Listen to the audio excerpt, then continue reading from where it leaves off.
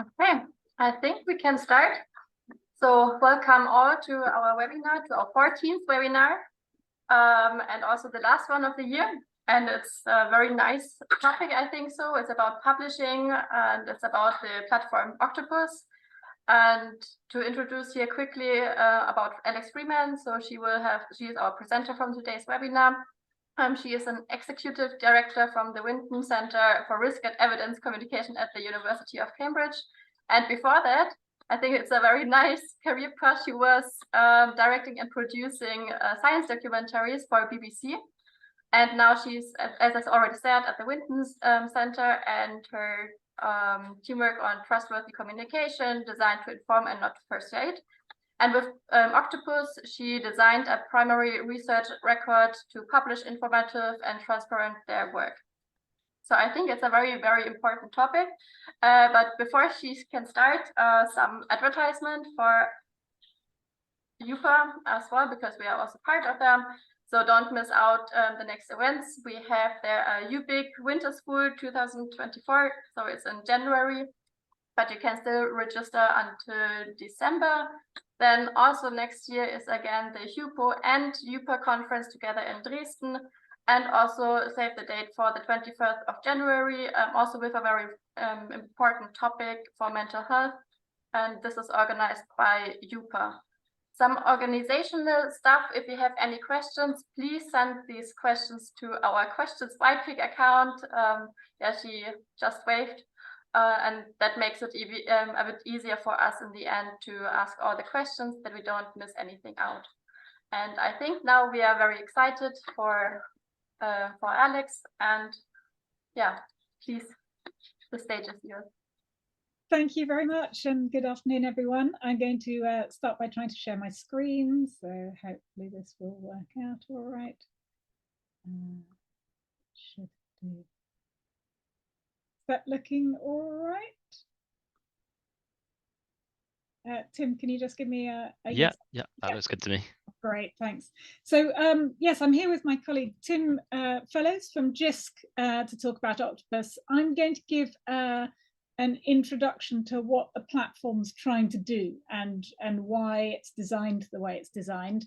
And then Tim's going to show you what it actually looks like, because it is a fully functioning platform now built with JISC, who are the UK's provider of higher education digital infrastructure. And Tim is from the JISC side, so he knows the platform intimately.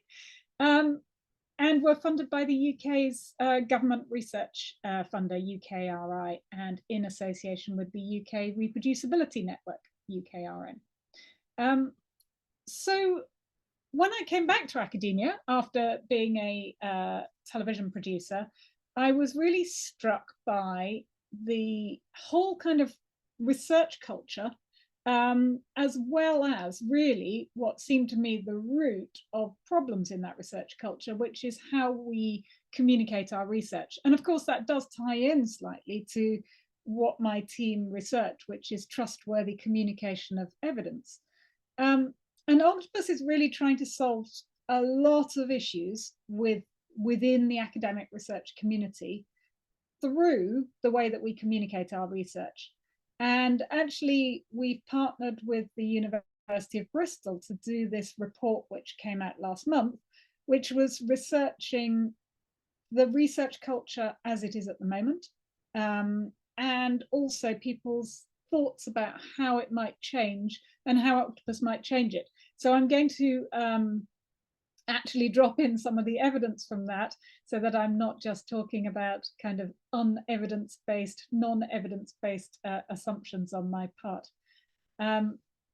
So one thing that kind of slightly surprised me from the report, actually, in which the team interviewed researchers from all different backgrounds, and also we did quite a wide survey internationally, is that a lot of people do want to be able to share their work earlier than they currently do, so that they can get constructive feedback from it. And that is something that is fundamental to Octopus's design. And then another biggie, and this one had been really apparent to me when I came back to academia, which is that research, as we all know, is too often simply assessed on the quantity of publications and where they're published, which is a really poor guide to the actual quality of each individual piece of research. And then, of course, we all know that there are issues beyond those. What gets published in the first place, how detailed the methods that are published are, and then, of course, all the questionable research practices, cherry picking, p-hacking, all of those kinds of things. And I think a lot of those, well, basically all of these, come down to the way that we share our research. And one of the major problems is that there just isn't a good way in which we as researchers can share our research more quickly, more openly, and more comprehensively, and demonstrate good practice at each of the, about each of the things that we do. There's no getting away from the fact that the main output for us as researchers is the journal article.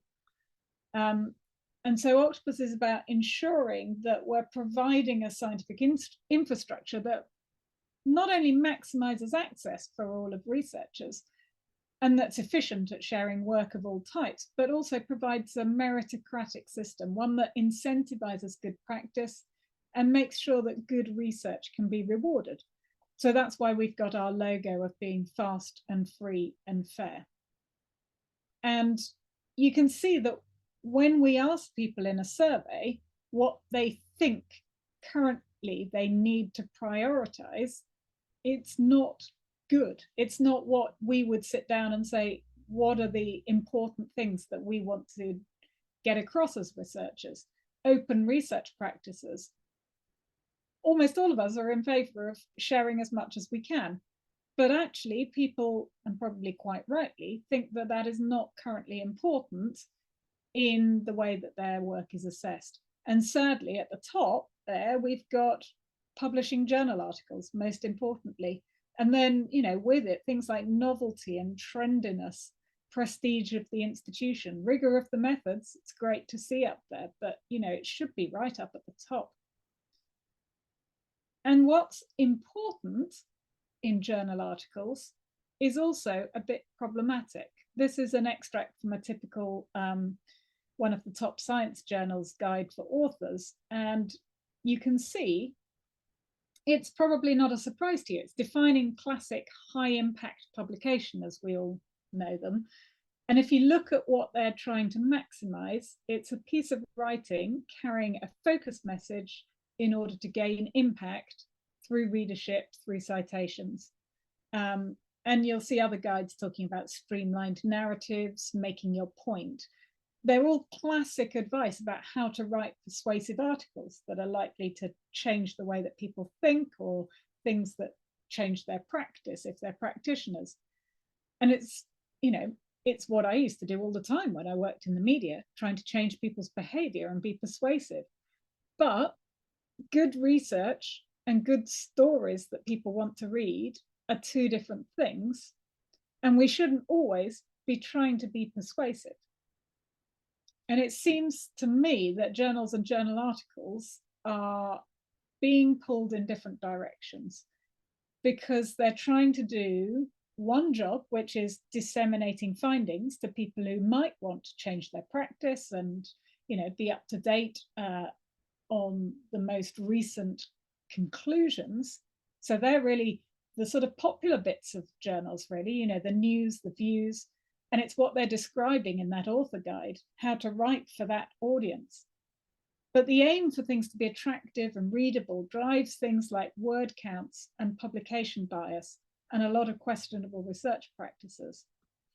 Whilst on the other hand, at the same time, we're treating journal articles as the primary research record, the kind of patent office for what's been done, who's done it, when they did it, establishing priority, full details of methods, all of those kind of things, the things that we as researchers need for building on previous research, and things that research assessors need in order to be able to see how well research is being done, all of that is being judged on the same output as is being written for a general audience to try and change behavior, to try and disseminate the conclusions.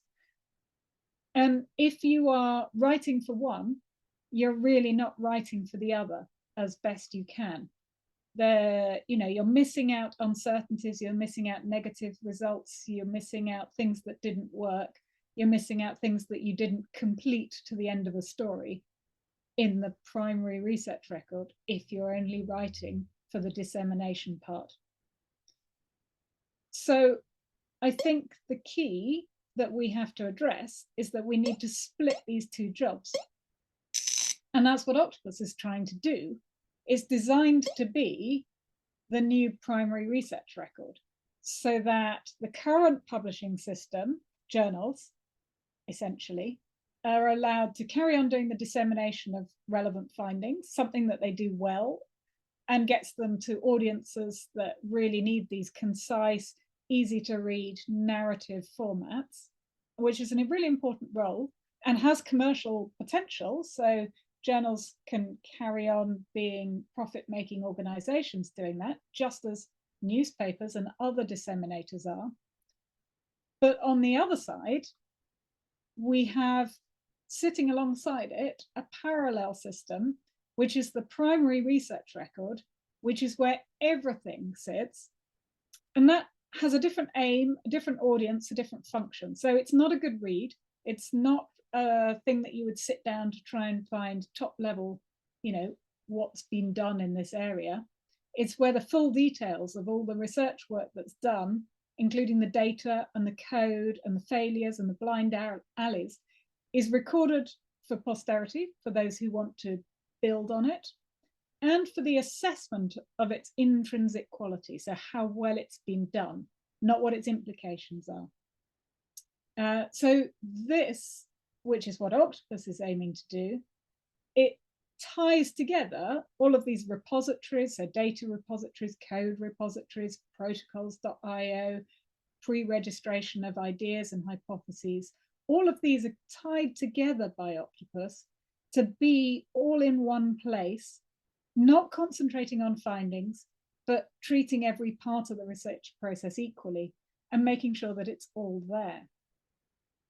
So in essence, Octopus is designed to maximize access to primary research. So it's free to read, free to write. That is a kind of given for me, but it's also designed to set a new incentive structure to support good scientific practice, good research practice. So of course it can take advantage of all the 21st century tools that we've got.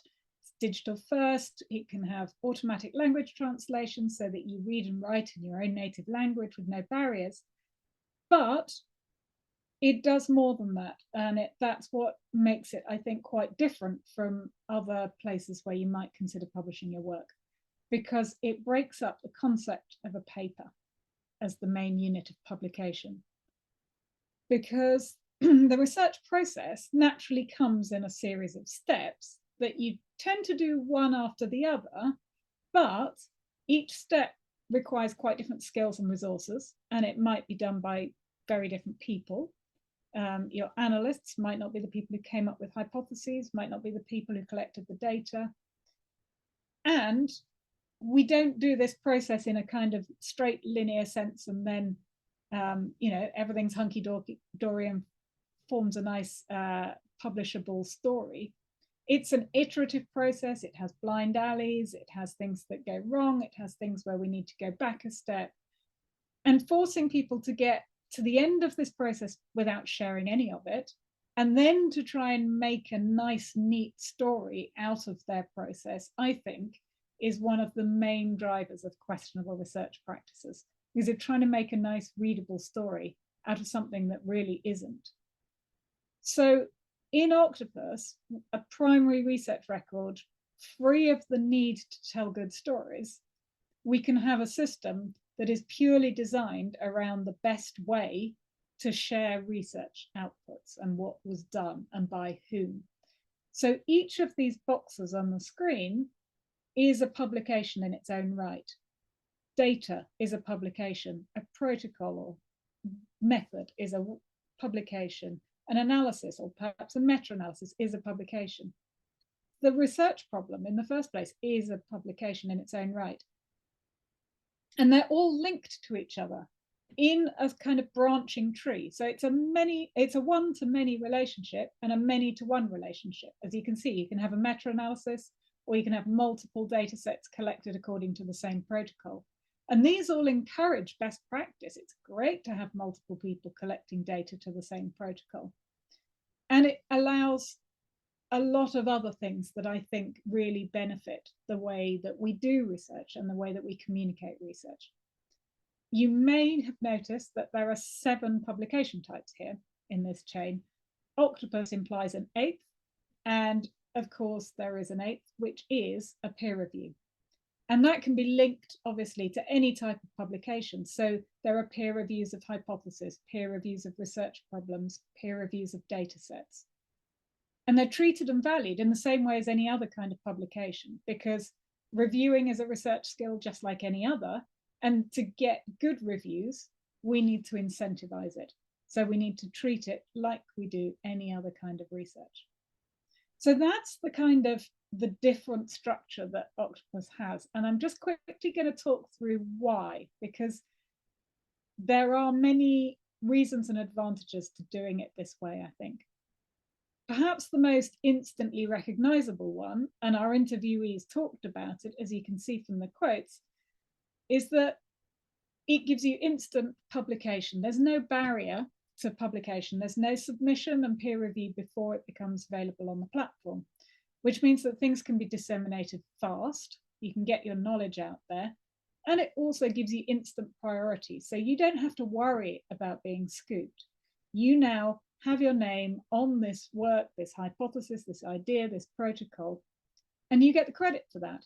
If somebody else, as that quote says, goes sometime down the line, collects data, it's great. It's all linked to your work. But it is quite difficult for people to get into the mindset of scooping not being a problem anymore. Smaller author groups. Well, we heard terrible stories about authorship when we were doing the interviews. And it's really important to all of us that there's more clarity about who exactly did what.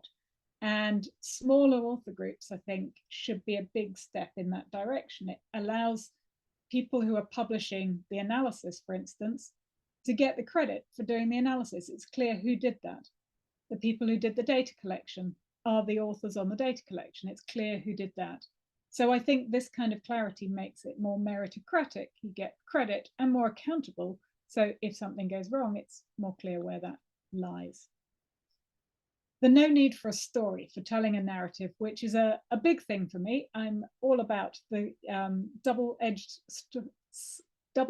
sword of storytelling. The need to streamline things and not distract a reader from a focused message. It's dangerous. It means that we don't share all the information that we need to. Real researchers who will be using this need to know everything. And research that doesn't make a complete story needs to be published and shared too. So even if you've got a small data set or just a hypothesis, all of this work that we do, we've all got these things in our file drawers. It all needs to be shared or it's being wasted. Another of the big things that Octopus is trying to help do is move away from the importance of impact as a metric. Now, obviously, funders and society and all of us want what we're doing to have impact. It needs to be important, but that's not the only thing that's important. At the moment, findings, conclusions, interpretations are all that people really care about and all that people assess on, or it's too much what people assess on. The other parts of the research process need to be rigorously looked at and scrutinized as well. You know, is it a good idea in the first place? Is it a good method to test that idea? Is the data collected well? Is it well analyzed? As one interviewee said, incremental work as well as specialized work is how modern research happens. It needs to be judged on the basis or we encourage people to exaggerate impact and aim for the sexy topics, as we saw earlier in that graph of what people thought was important. Post-publication peer review allows fast and unbiased publication because there's no barriers. But having peer review of smaller units of research also has other advantages. So specialized peer review of specialized outputs, as somebody put it, grunts assessing grunts. So analyses peer reviewed by analysts, getting my words mixed up. And changing what peer review is. At the moment, we all know that when you get peer review back, it feels like these are the people holding you back from your publication, getting your work out there. They're gatekeepers. But if you've published something like a registered report where you get a peer review at the method stage, and then you go away having rewritten your methods till they're really good, and then gone and carried out an experiment, you'll know that that really changes what peer review feels like. And in Octopus, you can reversion work so that you can use peer review as a constructive critique to improve your work all the time. And getting your methods up there before you carry out the data allows you to get peer review just like you do with registered reports. But you can get it at every stage. So it helps you do better work all the time without people being a barrier to your progression. And of course, good reviewers need to be recognized. So this treating reviews as a publication type, it means that we can all learn from seeing other people's reviews, which at the moment we rarely do. So you can learn what a good review looks like, and you can learn what good critique looks like. But we have more than simply reviewing. When there's an immediate concern, it needs to be raised with the authors. So we have this red flagging system, which allows anybody who's reading a publication and has a real concern about it, like plagiarism or image manipulation, can raise the red flag, and that emails the authors. But it is also transparent, so other readers of that publication can see what concerns have been raised and see what potential problems might be, and kind of read it with that critical faculty switched well on. And then hopefully the red flag can be resolved through a reversioning, and then it can be, the red flag can be lowered again. And making it quick and easy to raise and resolve problems should mean, hopefully, that more problems and issues are corrected in the record, and it doesn't become a massive deal like a retraction currently is. And fundamentally for me, finally, I really hope that this all changes the way that we approach research and the research culture. Octopus is not all about findings, it's not all about impact, it's about the intrinsic quality of the research itself and allowing that to come through. So it's changing the way that we think about research work. It's about doing your specialist bit of the work, whatever that is, to the best of your ability, about thinking of yourself as a specialist and a professional and sharing your piece of work with the world. So I think at the moment that it's a bit like we're all being encouraged to build really tall towers, and the taller the better, and you put a flag on the top when you get to the end, and you're trying to get that as high as possible. But nobody's really looking at the foundations. They can be a bit wobbly. We're all distracted by the flags on the top. And what I think Octopus is, in contrast, is everybody putting individual bricks into a structure that we're all building together. And what you want is your brick to be as solid and well tested as possible and in the right place. And the beautiful towers will emerge out of this as a sort of emergent property. And we'll know that those towers are built on a robust and solid base. And that's what we all need. So hopefully we asked people, what prevents you now from sharing your research plans before you collect your data, which is what people told us they wanted to be able to do. And hopefully Octopus is essentially removing a lot of these barriers that people see to sharing work more quickly and, of course, more openly. So it abolishes scooping, essentially, because you get credit at every stage. Hopefully you now know where to publish, because it'll be in Octopus, you'll get career benefit because it's done through, the research assessment can be done on Octopus. Impact is no longer a thing, and it should be more obvious how things are done, how you can share these, how to write it up. So all of these sort of big problems hopefully being solved by Octopus.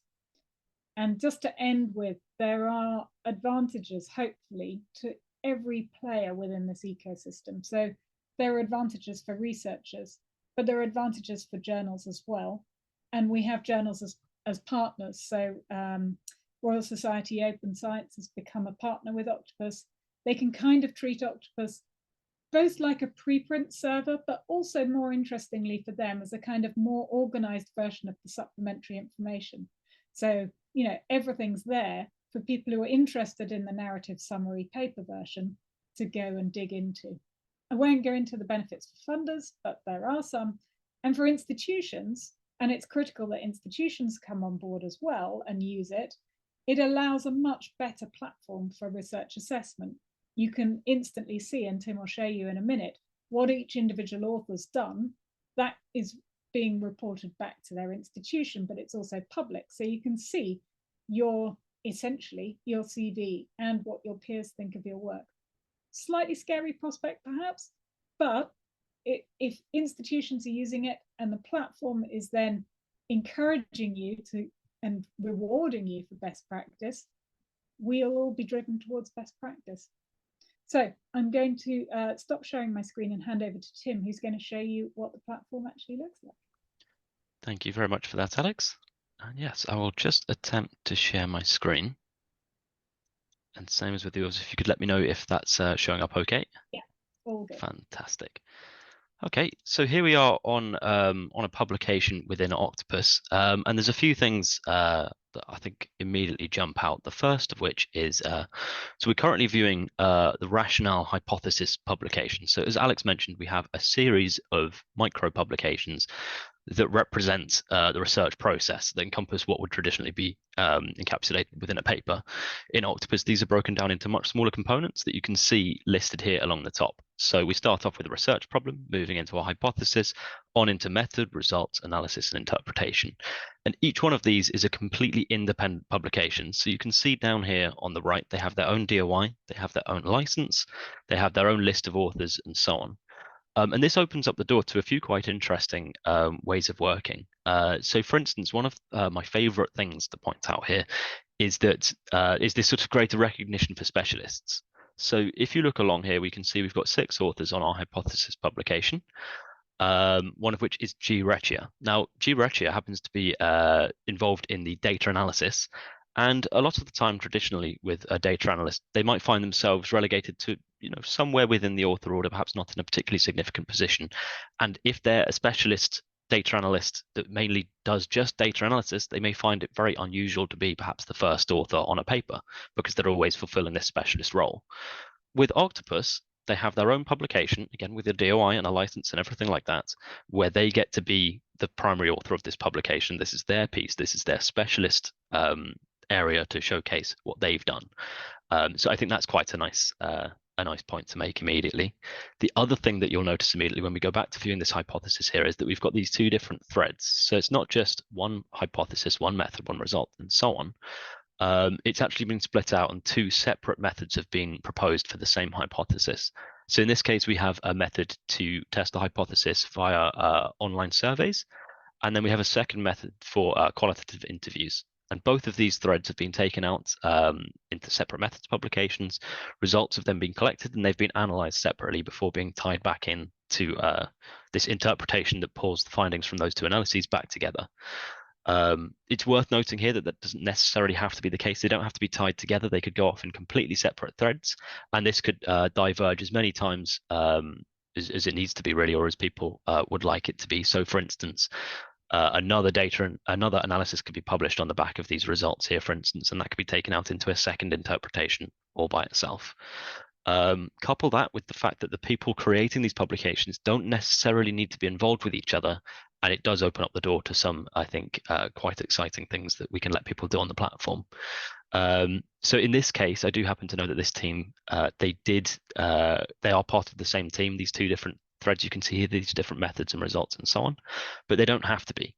For instance, I, as a wandering data analyst, could come along and have a look at this data set here and think it looks very interesting, but perhaps there's a particular analytical technique that hasn't been applied in the analysis that the original authors wrote on here.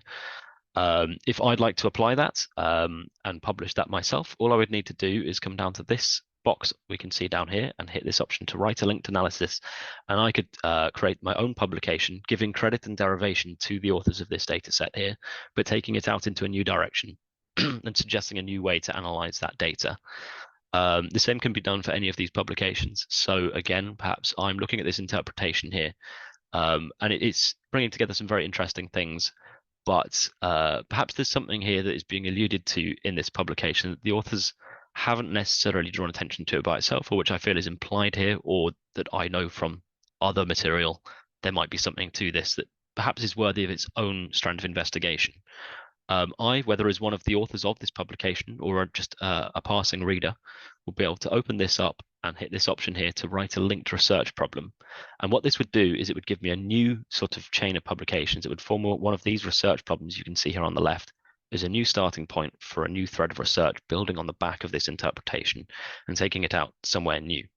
So the idea with these practices is where we're letting people bolt these micro publications onto each other, whether through their involvement with that team or just as someone else who would like to contribute, means we can hopefully create this network of interconnected publications where people are working much more collaboratively and sort of building on the back of what has been done by other people on the system. It also provides a way for, I think, much quicker forms of publication and a place to publish things that you might not otherwise necessarily have an outlet to publish. My favorite example of that is the idea of this sort of file drawer hypothesis. So this is something we come across a reasonable amount, where a researcher will have a research problem that they've identified. Perhaps they've written up a hypothesis for it, but they're probably not going to get around to actually investigating it in detail. Perhaps it's not their area of expertise. Perhaps they've got too much else going on. It just sort of, it sits there as something that they've identified, but they probably won't get around to taking into its own piece of work. With Octopus, all they need to do is publish a research problem. And these are very short publications, just a couple of paragraphs really outlining what the problem is. And then if they choose to do so, also perhaps publishing a hypothesis, spelling it out in a bit more detail, they can put those on the platform, and then another researcher is able to come along, have a look at this hypothesis or this research problem, and take it out into their own thread of research. So I, as the other researcher in this scenario, could come along and write my method on the back of this hypothesis that someone's left on there. So the idea is that there's a sort of, I suppose, a balance of these two different ways of working, where on the one hand, people can put things onto the platform fairly easily that they wouldn't have time to investigate. And meanwhile, other researchers can use the platform to discover new things to investigate. And to try and encourage that, we've actually seeded the platform with about 7,000 research problems across various disciplines that we hope people will use to discover new things to investigate and to use as inspiration for future projects. One other thing that these sort of micro publications allow is, and let's go back to our data analysis example for this, we have much more specialized peer reviews. So instead of peer reviewing, an entire paper where you've got every step of this project being peer reviewed as a whole, you can instead peer review each of these individual publications separately. As Alex mentioned, these peer reviews are publications in their own right. They also get a DOI and a license. And with Octopus, they can be a lot more specialized. So for instance, as a data analyst who wants to have a look at this analysis publication here, I'd be able to review this and just use my specialist expertise as an analyst to give my feedback on this publication. Or similarly, if perhaps the method has a lot of code in it for the analysis plan, or for how data is going to be collected or something like that. As a research programmer, I would be able to come in here and provide a very code-focused peer review of this method publication using my specialist skill set, without needing to worry about what's happening with the hypothesis or with the results or anywhere else in this chain of publications. I can just focus on my area of expertise and write probably a shorter and more specific peer review of that type of publication that I'm looking at. as well as peer reviews, we do have a few other feedback mechanisms available on the platform. So Alex touched upon this idea of red flags. So one thing to note with Octopus is we don't have any sorts of barriers to publishing, with the exception of an ORCID ID. So as long as you've got an ORCID ID that you've created, you can use that to log in. And after that, you have full access to the sort of publishing tools and things like that. You also don't even need an ORCID just to read. It's obviously open for the public to read whenever. But because we don't have these barriers to publication, we need to provide systems to make sure that if someone is misusing the platform, that can be flagged and made very visible to users. And for that reason, we have this option here to flag a concern with the publication. So let's say I'm looking at this interpretation here, for instance, and I think there's a major issue with this. I can use this option here. I just clicked it down here in the bottom right to flag a concern with the publication. I can select from a series of issues that we have listed here. And I can just enter a little bit of detail about exactly what my concern is and register that against this publication. Once I've raised that red flag, that will do a few things. That will record it against this publication, so everyone can see that this publication's had a concern sort of formally raised by someone. It will also raise that, display that red flag against my profile to show that I have raised that red flag, so there's some accountability for me as the person who's raised it. And finally, it will open up a dialogue between myself and the authors of this publication, where we can discuss the concerns that I have and hopefully work towards resolving that red flag. And obviously, if I'm happy with the resolution they provide, then we can resolve that red flag and sort of remove it from the publication.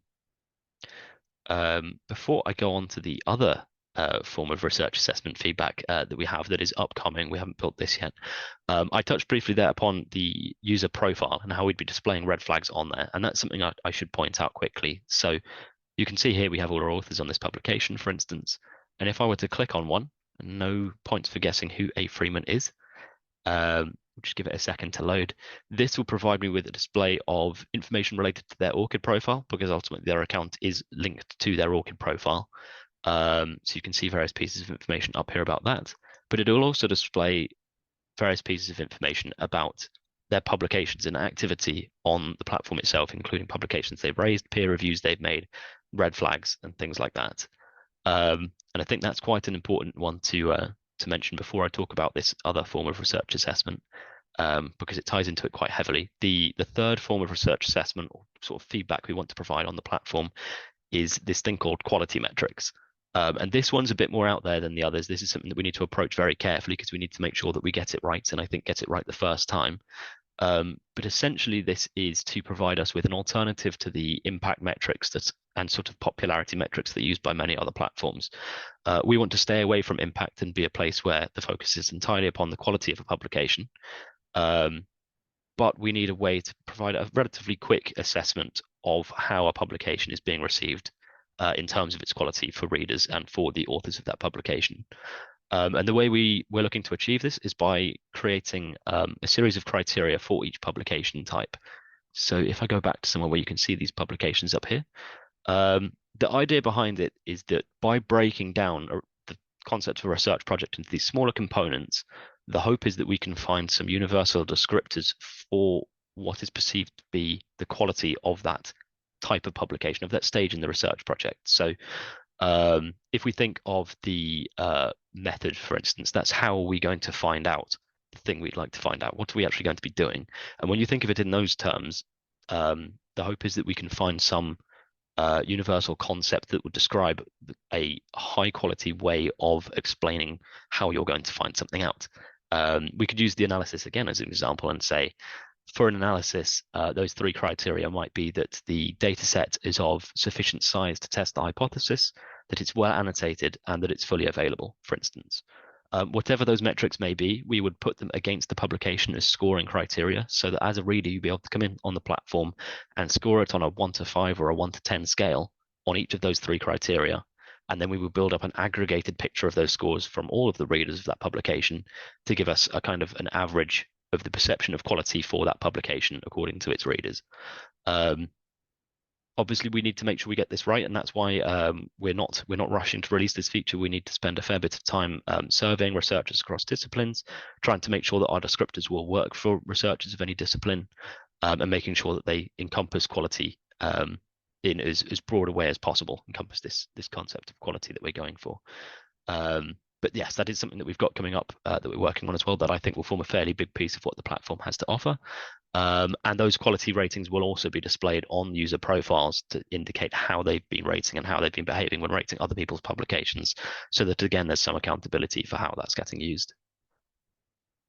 The other thing that we're working on at the moment that I think is quite important to make note of is our reversioning system. So you've got all of these this sort of ability to publish very early, perhaps just when you're writing up the method, you can publish that. You can get all of this feedback on the method that is quality based and hopefully more specifically focused on your method, because, for instance, it's a peer review just of your method's publication. And so we want to provide a way for you to factor that feedback in, as well as to make major changes to your publication should it be needed. And that's where the reversioning feature comes in. So it's a relatively simple concept. It's the idea that you can take your existing publication and sort of publish a new version of it over the top of the old one. So it wouldn't bury the old one. It wouldn't bury things like the red flags you've received necessarily. It would just provide a new version that is the default thing shown to users, although they can still go back and view the older versions of that publication should they choose to do so. So hopefully that provides quite a nice tool to refine your work in line with the feedback you're receiving from the community, and to make sure that you can use Octopus to make your work of as high a quality as possible. I think I would take you all through the publishing process, where we have a relatively straightforward way to sort of put in all the information about your whichever type of publication you're creating. But I think we'd probably run a bit short of time if I did that. So perhaps we'll open it up to questions, unless there's anything else you'd like to mention quickly, Alex. I just wanted to point out, whilst you're on that page, that you'll notice that we don't use first names of authors on a publication, and we also don't show their institutions. Now, obviously, as soon as you click on them, you get that information, because it's important to know exactly who that author is and what their expertise is. But we want to try and remove sources of bias as much as we can from people who might be assessing the publication, because, as I said, it's all about the publication's intrinsic quality, and you don't want to think, you know, I know who that author is, therefore it's already biased me to think what I think about that publication. So yeah, at the moment we're just using surnames and initials. It has been suggested that we might even remove those, but we haven't gone that far yet. But other than that, yeah, I think it would be great to hear your questions. I'm sure there are lots. There always are. Yes, there are a lot of questions. So first of all, thank you very much. I think it was very fruitful and to learn more about this. I especially like this to split up the process. It's amazing. If I don't have to interpret the data as a data analyst, it's great. So, and I think one related question to this, how can we now convince our PIs that we go away from our traditional thinking and to move more forward to this publication style? Yeah, that's a really good point. And I should have mentioned, so Octopus can sit alongside your existing publications. So you can use it like a preprint server or like a pre-registration or any of the other platforms that you already have. It doesn't stop you from then publishing your work in a journal. What it hopefully will do is help you write and do your work. So, I mean, for instance, I find it intimidating to do loads of work and then have to start with a blank sheet of paper when I come to write a paper. Now, if I've written it as I go, then I can take each, you know, it's relatively easy to take these 7 publications or, you know, however many there are in that my team have done, and that forms the backbone of a paper that I want to then submit.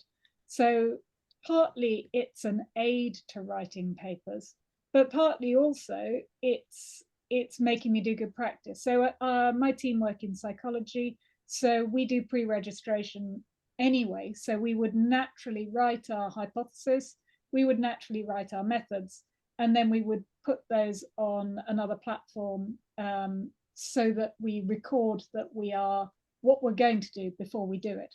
And that is our standard process. But now it means that we can write it in Octopus, link in to other platforms where we might have done our pre-registration or whatever, And so it becomes, just part of our normal process.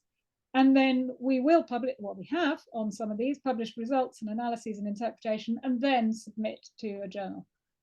So it is kind of the same process. It's just giving you some more benefits from doing that and encouraging best practice. So it's a little bit more work because you're kind of, doing some extra stuff, but it is also one of those things that people always say is that you in 6 months' time will very much appreciate that the fact that you put all your protocol and you put all your results in one place, because then you can come back to it and remember what you actually did. So it's an aid memoir as well.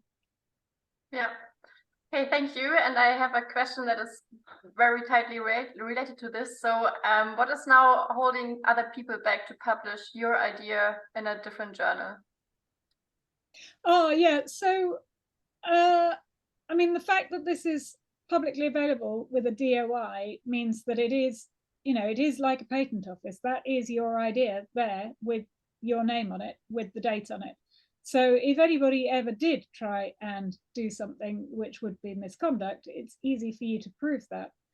But kind of almost as a bonus, if anybody goes and collects data that supports your hypothesis, then you're the one that had the hypothesis. So it's like Peter Higgs and the Higgs boson. He didn't wait till they'd built CERN and discovered the Higgs boson before he published the theory of the Higgs boson. And it's named after him. So, some disciplines are used to doing this already, perhaps, for various reasons. But I think it's really important that we get used to the idea that people who have ideas then get the credit when those ideas are later down the line shown to be right. So, yeah, I think it is a slight, change in the way we approach it, but I don't think it's a big change. Yeah. And if we now found something on Octopus and we want to cite it somewhere, like our old publications, how do we do this? Are there any guidelines? Yeah, Tim, you've been talking about putting some guidelines on the site, haven't you? Yeah, we do need to put something more sort of standardized on the site so people know how to structure it. But generally, I think what we're recommending is that when you're putting in, as it would be the journal or source name, publisher name, you would put Octopus and then the publication type that it is. So whereas it's, it may be a book or it may be a journal or something like that, for us, it's Octopus method. That is the fundamental thing that it is. So that's where we're advising people differ from standard citing. Author, date, Octopus, type of publication, and then the DOI. But yeah, you must get that on the site. So if you already have published in a different journal, but you want to add more stuff or to clarify things, is it possible to then publish it again on Octopus to just clarify things? Yeah, absolutely. And that's what this is. So this was a paper that my team published during COVID. And then, I kind of put some of it on Octopus as a demo, but it also allows us to put more information up there. So if there were analyses that weren't in the final paper, or maybe we'd done a little bit more work since we published, we can then add on to it.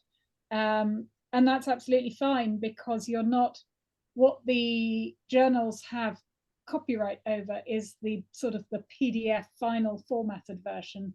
They don't own your IP. So your material in an Octopus form is different from what's published. So you can use it as a post-print server, just like you can put things in the author accepted manuscript in your institutional repository for green open access. It's exactly the same. You can publish on Octopus if it's published somewhere else, as long as you're not using the formatting.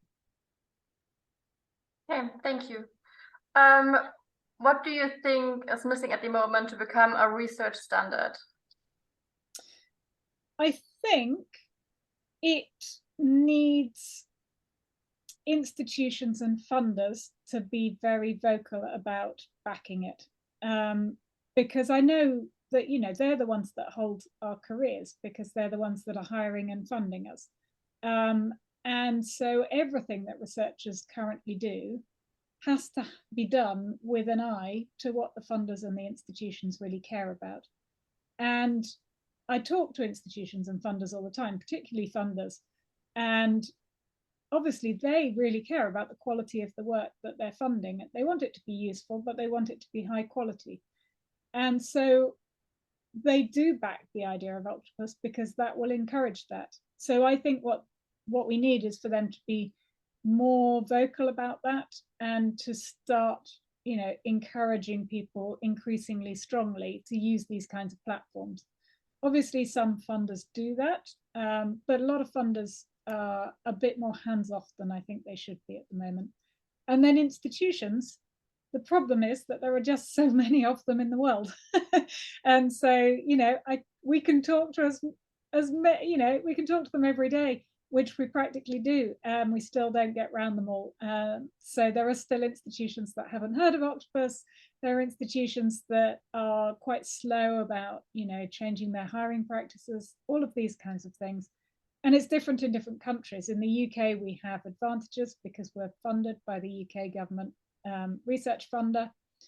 Outside of the UK, we don't have that useful influence.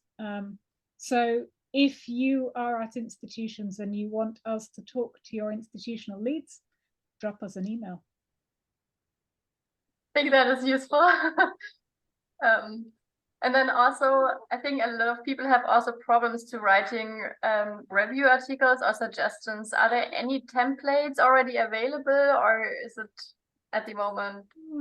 That's interesting. So people are nervous of writing peer reviews because they don't know what they look like. I would say have a look at reviews in some of the journals that have open peer review. So I think Royal Society Open does. I think PLOS does. Find some open peer reviews and have a read of them. And the ones that people have written specifically to be open are more likely to be good ones, I think, because certainly when I write an open review, I'm very conscious of the fact that other people are going to be reading it, which is bad because I should always feel the same, whether it's going to be read or not. But yeah, I would have a read of some of those and you'll get a sense of what good reviews look like, hopefully. Okay, thank you. Yeah, maybe back to the start a bit. If you have now published already something in Octopus, were there already some problems with publishing it and then in a different journal? Were there any problems, or? You mean something that's been on Octopus and then? Yeah, for example, if it was on bioRxiv, then sometimes the journalists do not want it anymore because it is outdated or whatever. So, interesting. It's the same problem. I've never come across a journal having a problem with a preprint server these days. Whether they think it's dated or not, I mean, that's an interesting reason for rejection. It implies that journal is looking for novelty, which is obviously a bad thing to be looking for in a journal. Yeah, I haven't come across that personally. Obviously, if you have and your journals want novelty and they think that something's been around too long, I guess that could be a problem. But I've never had a journal thinking that a preprint server is a problem these days, and therefore that Octopus is a problem if you've used it like you would use a preprint server. Okay. That's promising. I have some questions because you also talked about this image manipulation, and I think that is now getting also more and more a thing. Do you have also already integrated some AI to go over this? Yeah. We haven't. Tim, do you want to talk about this? Yeah. I mean, we have looked at whether or not we'd want another category on there for some sort of misuse of AI. That I think would have to be a manually raised thing rather than having any sort of automated checking for. Is a personal opinion, and that's something that I'm sure there could be discussions on, just because the success rates of AI monitoring to check for AI are very low. We don't, in terms of whether we've integrated the AI more generally in the platform, we have steered clear from it in all cases except one. And that one is those, do you remember I mentioned there were 7,000 publications that we'd generated sort of research problems as starting points. So those were generated by trawling through existing literature to come up with those problems, and then obviously manually reviewing them. And crucially, and I think this is a big point to make, we had an AI that actually puts its sources in, unlike a lot of AI so they are properly referenced with where they came from, which I think otherwise there's always an alarm bell that rings when people say you've used AI to gather something. Yeah, it's not what I would. Yeah, I mean, Yeah. the definition of AI is vague. Yeah. But in terms of things like automatic plagiarism detection and automatic image manipulation detection, I would have no problems with integrating that into the site, merely as a way of raising potential concerns. But there aren't any that I've come across that are open source and can be openly used. And everything that we do is open source and transparent. So I think until there is a good open source plagiarism detector that we could use, just as a way of raising potential flags, we haven't got one at the moment. But I'm not averse to that. I think AI is a tool to be used, but we want to be very careful what we're using and that we understand how we're using stuff, because Octopus is all about creating the right incentives and not creating potentially perverse incentives that can be gamed. Okay, thank you. Yeah, I think we are now out of questions, and I think it was a very nice discussion. Thank you for answering all our questions and also for this nice presentation of you both and bringing this quite important topic closer to us. Thank you for inviting us. I'm just putting my email address in the chat, so if anybody wants to chat afterwards or get in touch, they can. I have a couple of links to drop as well. So if you did want to do some more reading around the report that Alex was talking about, I'll put a link into that there, just in case that's of interest. If you wanted to see a little bit more about how it all fits together, we've got a nice PDF of the report you can read, or you can read it on Octopus to see how that all fits together. And the other one is just a bit of a plug, really. We have a list, a mailing list, which we contact probably about every month or so, just for, how we're getting on, whether there's any sort of exciting news or anything like that about Octopus. So I'll drop that in the chat if you did fancy just checking in with us on that list there. So we will also upload this video, so we can also just share those links there again. That will be always available, and I'm pretty sure we can also set up a post on X and then it is always available. Okay, thank you very much and have a nice evening. Thank Fantastic. you. You too. Everyone. Thank you. Bye. Bye-bye.